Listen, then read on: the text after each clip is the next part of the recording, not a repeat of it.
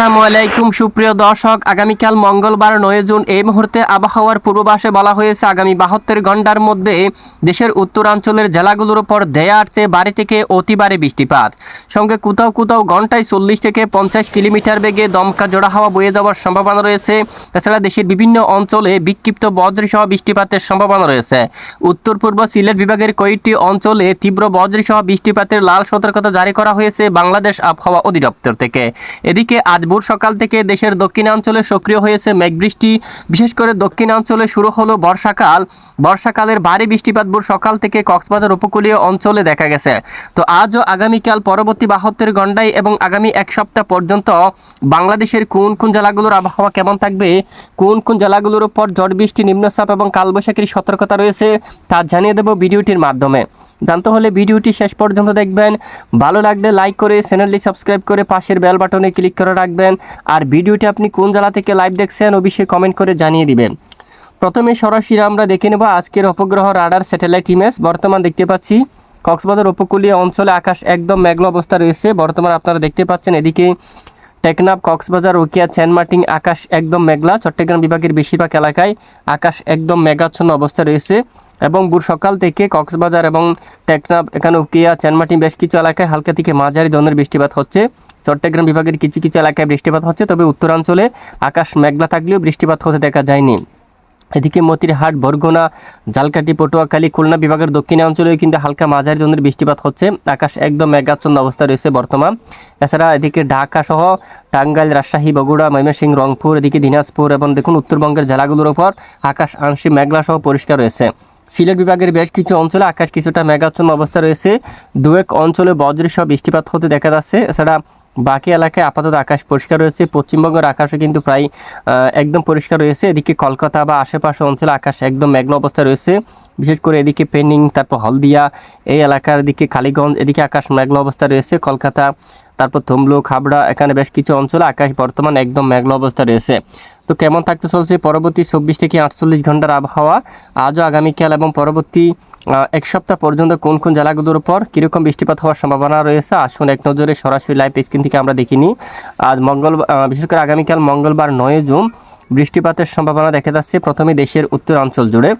তখন কিন্তু এদিকে দেখুন সিলেট, তারপর জৈন্তাপুর এবং সুনামগঞ্জ এই অঞ্চলে মাঝারি থেকে ভারী বৃষ্টিপাত হওয়ার সম্ভাবনা থাকবে।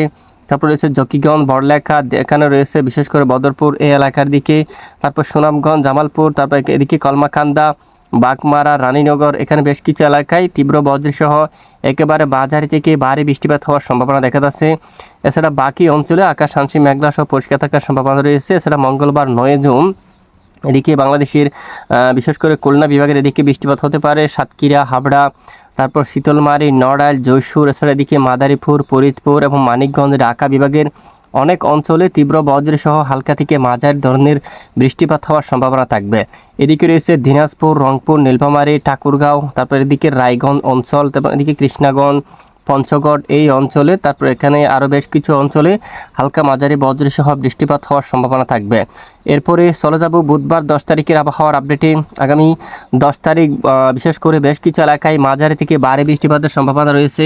তখন উত্তর পূর্ব সিলেট বিভাগের জন্য ভারী বৃষ্টিপাত, যার কারণে বাংলাদেশ আবহাওয়া অধিদপ্তর থেকে সিলেট বিভাগের কয়েকটি অঞ্চলে ভারী বৃষ্টিপাত নিয়ে কমলা সতর্কতা এবং লাল সতর্কতা জারি করা হয়েছে।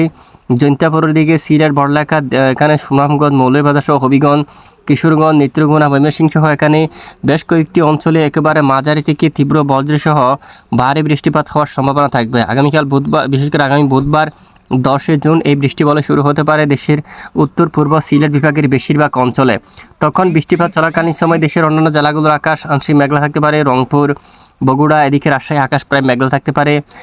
তার পাশাপাশি এখানে বেশ কিছু অঞ্চলে এবং গাইবান্ধা, জামালপুর, এদিকেও গোপালপুর, এখানে বেশ কিছু এলাকায় নওগাঁর দিকে এবং নাটোর, রাজশাহী, চাঁপাইনবাবগঞ্জ এই অঞ্চলে কিন্তু আকাশ প্রায় মেঘাচ্ছন্ন থাকার সম্ভাবনা রয়েছে। রাজধানী ঢাকা বিভাগের দিকে যদি আমরা একটু দেখি হোমনা, নরসিংদী, ঢাকা, আগরতলা, কুমিল্লা, চাঁদপুর, তারপর এদিকে এখানে দেখুন এখানে বেশ কিছু অঞ্চলে নারায়ণপুর, তারপরে শ্রীনগর, এখানে শিবচর এই অঞ্চলে, তারপর এখানে রাইজর, তারপর মাদারীপুর, এখানে অধিকাংশ এলাকায় আকাশ প্রায় আংশিক মেঘলা থাকতে পারে। সঙ্গে 10 তারিখ নাগাদ কুমিল্লা বা আশেপাশে অঞ্চলে বৃষ্টিপাত হতে পারে। বরগুনার দিকে বৃষ্টিপাতের সম্ভাবনা থাকবে। জিয়ানগর, বরগুনা, ঝালকাঠি, পটুয়াখালী, এই অঞ্চলে বৃষ্টিপাতের সম্ভাবনা। তারপর শীতলমারি অঞ্চল, এখানে বৃষ্টিপাতের সম্ভাবনা। ঝালকাঠি, তারপর নাজিরপুর, ফিরোজপুর, বাগেরহাট এবং এদিকে বেতাগী, তারপর এখানে পটুয়াখালী, এখানে সবটুকু এলাকায় কিন্তু বৃষ্টিপাতের সম্ভাবনা থাকবে আগামী 10 জুন থেকে। এবং আর কোন কোন জেলায় বৃষ্টির সম্ভাবনা আসুন দেখে নেওয়া যাক। এরপর চট্টগ্রাম বিভাগের দিকে যদি আমরা একটু দেখি, তবে আজ বিশেষ করে 8 জুন চট্টগ্রাম বিভাগের বেশিরভাগ এলাকায় মেঘ বৃষ্টি সক্রিয় থাকলেও আগামীকাল থেকে অনেকটাই কমে আসার সম্ভাবনা রয়েছে। মূলত আগামীকাল থেকে বিশেষ করে বৃষ্টির মাত্রা অনেকটাই কমে যাওয়ার সম্ভাবনা থাকবে। আর এদিকে বরগুনা, তারপর এখানে পরবর্তী 72 ঘন্টায় বৃষ্টিপাতের সম্ভাবনা থাকবে। বেশ কিছু অঞ্চলে মাঝারি থেকে ভারী বৃষ্টিপাত হওয়ার সম্ভাবনা থাকবে এদিকে।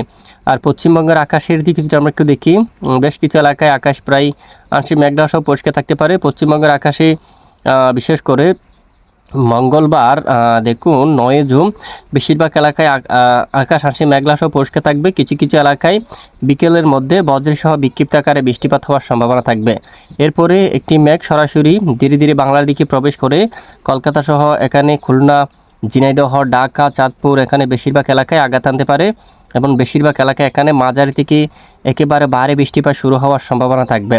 এবং বুধবার 10 তারিখ কেমন থাকতে পারে পশ্চিমবঙ্গের আবহাওয়া, বিশেষ করে বেশ কিছু এলাকায় আকাশ প্রায় পরিষ্কার থাকতে পারে 10 তারিখ। এরপরে বিকেলের মধ্যে সন্ধ্যা থেকে বিশেষ করে বিকেল থেকে শুরু করে সন্ধ্যা অথবা রাতের মধ্যে শুরু হতে পারে ব্যাপক বজ্রসহ বৃষ্টিপাত। তখন তমলুকের দিকে, হলদিয়া, কলকাতা এই অঞ্চলে বৃষ্টিপাত হতে পারে, উলুবেড়িয়ার দিকে, তারপরে এদিকে বিশেষ করে পাঁশকুড়া এই অঞ্চল, বালিচক, তারপর এখানে রয়েছে বিশেষ করে গোপালনগর এই অঞ্চলে, তারপর এখানে গঙ্গাধরপুর, এখানে বাটপাড়া এই অঞ্চলে, দশগড়া অঞ্চল দিকে আরামবাগ, এখানে বেশিরভাগ অঞ্চলে ব্যাপক বজ্রসহ মাঝারি থেকে ভারী বৃষ্টিপাত শুরু হওয়ার সম্ভাবনা থাকবে আগামী 10 তারিখ নাগাদ। বৃহস্পতিবার 11 তারিখের আবহাওয়া কেমন থাকবে? বৃহস্পতিবার 11 তারিখ আবারও পশ্চিমবঙ্গের উপর তৈরি হতে পারে কালবৈশাখী ঝড় এবং ব্যাপক বজ্রসহ বৃষ্টিপাত। দুর্গাপুর, তারপর সোনামুখী, এদিকে রয়েছে বোলপুর অঞ্চল, তারপর শিউড়ি, সালার, তারপর এখানে রামপুরহাট এই এলাকার দিকে, বহরমপুর এই অঞ্চলে, তারপর রাজশাহীর দিকে হতে পারে বৃষ্টিপাত। আসানসোল এই অঞ্চলে, বাঁকুড়া সহ এখানে বেশ কিছু এলাকায় ব্যাপক বজ্রসহ মাঝারি থেকে ভারী বৃষ্টিপাত শুরু হওয়ার সম্ভাবনা থাকবে। তো এই হচ্ছে বৃষ্টিপাতের আপডেট। পরের 5 দিনে আবহাওয়ার আপডেটে দেখা যাচ্ছে দেশের উত্তরাঞ্চলে কম বেশি বিক্ষিপ্ত আকারে বৃষ্টিপাত চলমান থাকতে পারে। এদিকে ময়মনসিংহ, বগুড়া, তারপর রংপুর এখানে অধিকাংশ এলাকায় হালকা মাঝারি বজ্রসহ বৃষ্টিপাত হওয়ার সম্ভাবনা থাকবে। তো এই হচ্ছে মূলত বৃষ্টিপাতের আপডেট। আর এরপরে আমরা যদি একটু দেখি সরাসরি দেখুন কী পরিমাণ বৃষ্টিপাত হতে পারে। এদিকে মঙ্গলবার 9 জুন ঢাকা বিভাগ সহ কিছু কিছু এলাকায় এখানে প্রায় দেখুন প্রায় 10-15 মিলিমিটার পর্যন্ত বৃষ্টিপাতের সম্ভাবনা থাকবে 9 জুন থেকে। তারপর এদিকে সিলেট বিভাগের দিকেও বৃষ্টিপাতের সম্ভাবনা থাকবে কম বেশি হালকা মাঝারি ধরনের বজ্রসহ বৃষ্টিপাতের সম্ভাবনা থাকবে। এরপরে 10 তারিখ কীরকম বৃষ্টিপাত হতে পারে দেখুন। 10 তারিখ কিন্তু বৃষ্টির মাত্রা অনেকটাই কিন্তু বাড়তে পারে, বিশেষ করে সিলেট বিভাগের অধিকাংশ এলাকায়, ব্রাহ্মণবাড়িয়া এখানে অনেক এলাকায় বজ্রসহ মাঝারি থেকে বিশেষ করে ভারী বৃষ্টিপাত হওয়ার সম্ভাবনা থাকবে। এদিকে পরের 24 ঘন্টার আবহাওয়ার রিপোর্টে বেশ কিছু এলাকায় বৃষ্টিপাতের সম্ভাবনা, যেমনটা সিলেট, তারপর ঢাকা বিভাগের বিভিন্ন অঞ্চলে পরের 10 দিনে বৃষ্টিপাতের সম্ভাবনা। পরবর্তী 2 দিনের আবহাওয়ার আপডেটেও সিলেট বিভাগের বেশ কিছু এলাকায় বৃষ্টিপাতের সম্ভাবনা রয়েছে।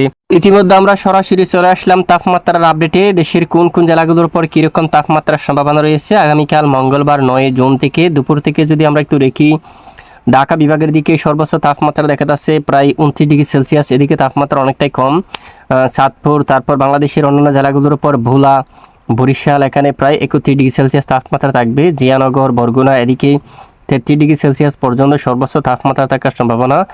তারপর যমুনা চর এখানে, তারপর বিশেষ করে কলাপাড়া চর এই অঞ্চলে 10 মিনার দিকে 31 ডিগ্রি সেলসিয়াস তাপমাত্রা থাকবে। চট্টগ্রাম বিভাগের বেশিরভাগ এলাকায় প্রায় 30 ডিগ্রি সেলসিয়াস তাপমাত্রা থাকবে আগামীকাল থেকে। বান্দরবান, চট্টগ্রাম, রাঙ্গামাটি, তারপর মানিকচুরি, কাপ্তাই এদিকে খাগড়াছড়ি, শিজক এই অঞ্চলে তাপমাত্রা 30 ডিগ্রি সেলসিয়াসে থাকবে। তারপর এদিকে কক্সবাজার, উখিয়া, সেন্টমার্টিন এদিকে সর্বোচ্চ 30 ডিগ্রি সেলসিয়াস তাপমাত্রা থাকার সম্ভাবনা রয়েছে।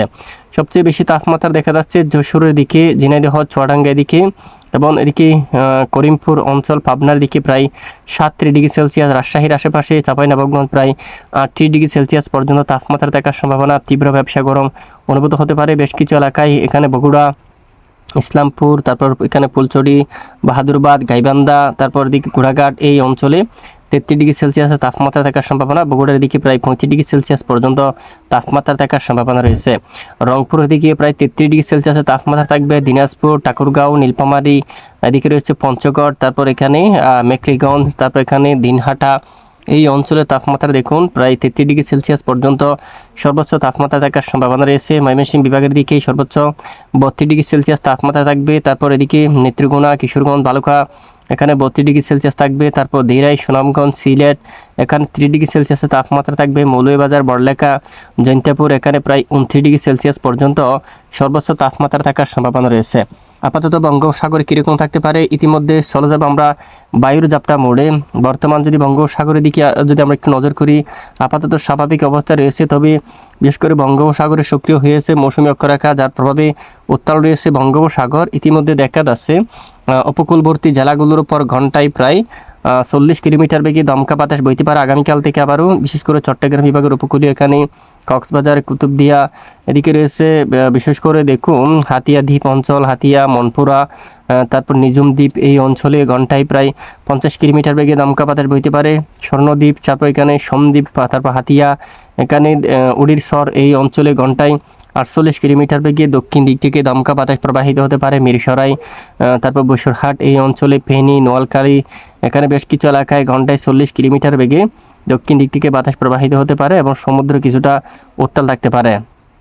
তো পরবর্তী এক সপ্তাহ বা পরের 10 দিন পর্যন্ত বঙ্গোপসাগরে নতুন কোনো নিম্নচাপ বা ঘূর্ণিঝড় তৈরি হওয়ার সম্ভাবনা নেই। কোনো ঘূর্ণিঝড় তৈরি হওয়ার আভাস পেলে অবশ্যই আমরা জানিয়ে দেবো, আমাদের সঙ্গে থাকবে। এ হচ্ছে আজকের আবহাওয়ার বিস্তারিত আপডেট। এতক্ষণ আমাদের সাথে থাকার জন্য অসংখ্য ধন্যবাদ।